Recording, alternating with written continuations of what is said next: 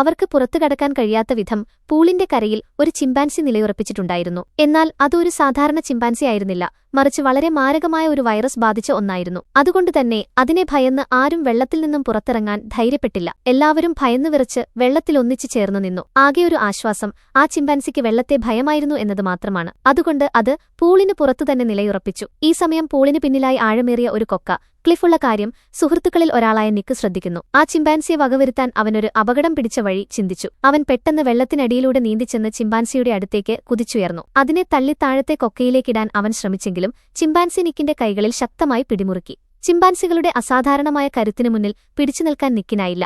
ഒടുവിൽ അവർ രണ്ടുപേരും ഒരുമിച്ച് താഴത്തെ കൊക്കയിലേക്ക് വീണു. കുറച്ചു സമയത്തിനു ശേഷം ആ ചിമ്പാൻസി വീണ്ടും മുകളിലേക്ക് കയറിവരികയും ബാക്കിയുള്ള 4 സുഹൃത്തുക്കളെയും നോക്കി നിൽക്കുകയും ചെയ്തു. ഭയന്നു വിറച്ച അവർക്ക് ഇനി എന്തു ചെയ്യണമെന്നറിയാത്ത അവസ്ഥയായിരുന്നു. സമയം കടന്നുപോകവെ സാറ തന്റെ സഹോദരിയുടെ പരിക്ക് ഗുരുതരമാകുന്നത് ശ്രദ്ധിച്ചു. ഇനി അധിക സമയം വെള്ളത്തിൽ തുടരാൻ കഴിയില്ലെന്ന് മനസ്സിലാക്കിയ സാറ പതുക്കെ വെള്ളത്തിൽ നിന്നും പുറത്തിറങ്ങി.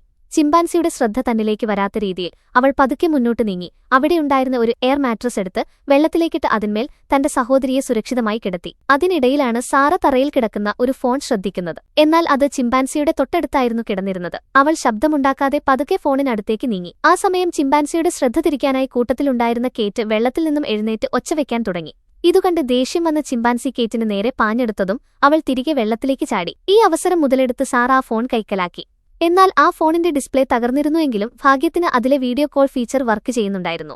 അവർ ഉടൻ തന്നെ തങ്ങളുടെ സുഹൃത്തുക്കളെ വിളിച്ചെങ്കിലും മറുപുറത്ത് അവർ പാർട്ടി മൂഡിലായിരുന്നതിനാൽ ഇതൊരു തമാശയാണെന്നാണ് അവർ കരുതിയത്. ദേഷ്യം വന്ന ഹന്ന ഫോൺ വാങ്ങി ഉറക്കെ നിലവിളിക്കാൻ തുടങ്ങിയ തക്കത്തിന് ചിമ്പാൻസി പെട്ടെന്ന് ഹന്നയെ ആക്രമിച്ചു. അവളുടെ മുടിയിൽ പിടിച്ച് ശക്തമായി വലിച്ച ചിമ്പാൻസി അവളുടെ തലയൊട്ടിക്ക് വലിയ പരിക്കേൽപ്പിച്ചു. ഹന്ന എങ്ങനെയൊക്കെയോ തിരികെ വെള്ളത്തിലേക്ക് ചാടി രക്ഷപ്പെട്ടെങ്കിലും അവളുടെ കയ്യിൽ നിന്നും ഫോൺ താഴെ വീണു പൂർണ്ണമായും കേടായി. അവരുടെ അവസാന പ്രതീക്ഷയും അതോടെ ഇല്ലാതായി. അവർ നിരാശരായി നിൽക്കുന്ന സമയത്താണ് അവിടെ ഒരു വിചിത്രമായ ശബ്ദം കേൾക്കുന്നത്. അവർ തിരിഞ്ഞു നോക്കിയപ്പോൾ കണ്ടത് ആ ചിമ്പാൻസി അവിടെയിരുന്നൊരു ടാബ്ലറ്റ് എടുത്ത് ഉപയോഗിക്കാൻ ശ്രമിക്കുന്നതായിരുന്നു.